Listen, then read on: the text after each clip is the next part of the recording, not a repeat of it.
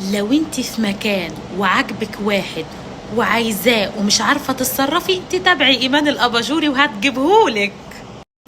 اهم حاجه هنعمل فولو وما تنسوش وي دونت هاف تايم. دخلت المكان يا امان، الكافيه او المستشفى او مكان عام، المهم ان في حد عاجبني في المكان قوي ومش عارفه اعمل ايه، عايزه اعمل لفت انتباه، اي حاجه يجي يكلمني. المهم انا مش عايزه اطلع من المكان ده الا والراجل ده بتاعي انا يا امان. انا مت علشان ما اديكيش خطه لحاجه زي دي. اليوم اللي الخطط تقف فيه يبقى اكيد ايمان الاباجوري مش موجوده. تعالي معايا. رقم واحد، اول ما تدخلي المكان لازم تبقي في مكان واضح وواجهه. يعني لو كافيه ترابيزه تبقي جايباه وجايبك، يعني لو هيبص يشوفك وهو قدام عينك. وما تسالينيش في بدايه الفيديو ليه. طب يا امان لو مش كافيه، مستشفى، انا عارفه الاسئله اللي تحرق الدم. ايا كان اللوكيشن ايه، ابقى ظاهره في المكان اللي هو يشوفني واشوفه. لازم ابقى قاعده في حته متمركزه اشوف فيها الدنيا وهو يشوفني، عشان اللي جاي تشيل. تابعي معايا.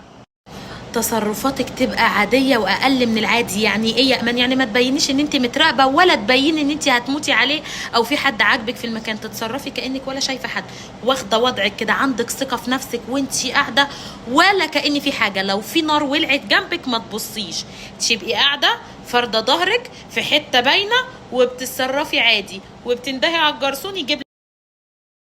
عايزه الثقه في النفس في القعده تبقى باينه، ومفيش حاجه تشغلني ولا هماني. ولو هو بيبص انا ببقى واخده بالي بس ما ببصش وبركز. ناخد بالنا عشان الفيديو ده مهم جدا. بلاش شغل المنيو وتنزليه كده عشان تشوفيه، بلاش الجو الرخيص ده عشان بتتعكشي فيه، بلاش بقى لوحه الراس دي عشان تشوفيه. انا قلتلك تقعدي في مكان واضح. واخده بالك معايا؟ نركز يا جماعه.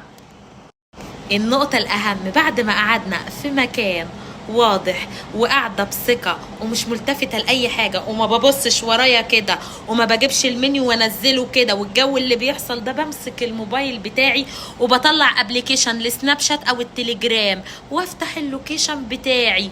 ليه بقى يا امان بفتح اللوكيشن؟ علشان هيجيب لي اكونتات والناس اللي موجوده في المكان. عرفت انا ليه قعدتك في مكان قريب منه واضح؟ عشان على الابليكيشن يظهر لك اول حاجه. طب يا امان ده مش عنده سناب ولا عنده تليجرام، ده ماسك موبايل بزراير يا فقر. اصل انا فقر وبتصدر للفقر، فالدنيا كلها واقفه. اعمل ايه يا امان؟ هقول لك يا حبيبه قلبي. في الحاله دي لو مش فتحتي الموبايل وما وصلتيش للاكونت ليه وهو اصلا بني ادم ملهوش على السوشيال ميديا، هتبدا النظرات الخفيفه والخمس دقايق وتدخلي التويليت في المكان، علشان لو هو معجب بيكي هيجي وراكي. طب لو مش معجب خلاص، خلاص هو مش عايزك. انا اعمل لك ايه وانا دجاله؟ انا مالي يعني؟